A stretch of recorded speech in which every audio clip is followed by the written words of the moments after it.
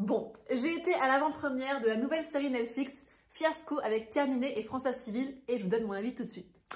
Et je vous explique aussi pourquoi la soirée n'a pas été 100% une réussite pour moi. Bon, déjà pour commencer avec la série. Donc Fiasco, ça raconte l'histoire en fait le personnage de Pierre Ninet qui tourne son premier film et en fait le tournage ne va pas du tout se passer comme prévu, ça va être un véritable fiasco.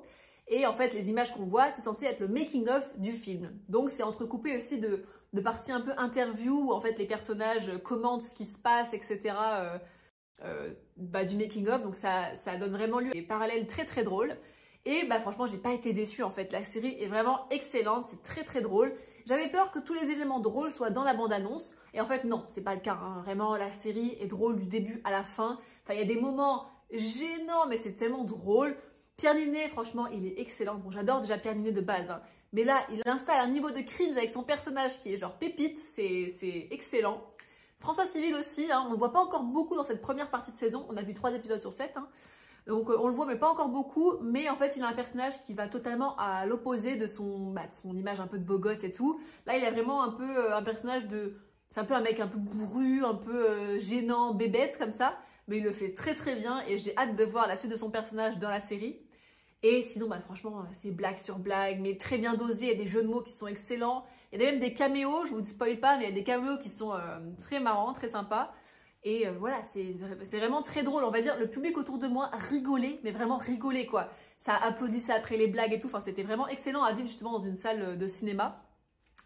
Là où j'ai été un poil déçue, c'était à Cannes Série, donc il faut savoir que le grand public comme moi, en fait, on peut télécharger des places gratuitement sur leur site.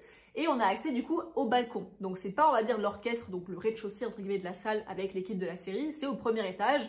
Et c'est vrai que si on n'est pas au bord du balcon, on ne voit pas en fait les équipes de film en dessous. Et c'est vrai qu'en général, les équipes de série arrivent, ils montent sur scène, ils présentent leur série rapidement et voilà, et ils regardent la série. Et là, donc ils arrivent dans la salle, ils vont directement s'asseoir à leur place. Bon... Ok, je me dis c'est un parti pris un peu risqué en fait d'attendre de monter sur scène, d'attendre la fin de la diffusion parce que si la diffusion se passe mal et que les gens rigolent pas trop, applaudissent à moitié, etc. C'est un peu gênant de monter sur scène. Bon là ça n'a pas du tout été le cas, hein. À la fin ça a été standing ovation, ça applaudissait, ça criait, enfin bref, c'était excellent, c'était énorme vraiment l'ambiance. Et je me dis ils vont monter sur scène quoi. Et non, non, ils sont pas montés sur scène en fait, du tout.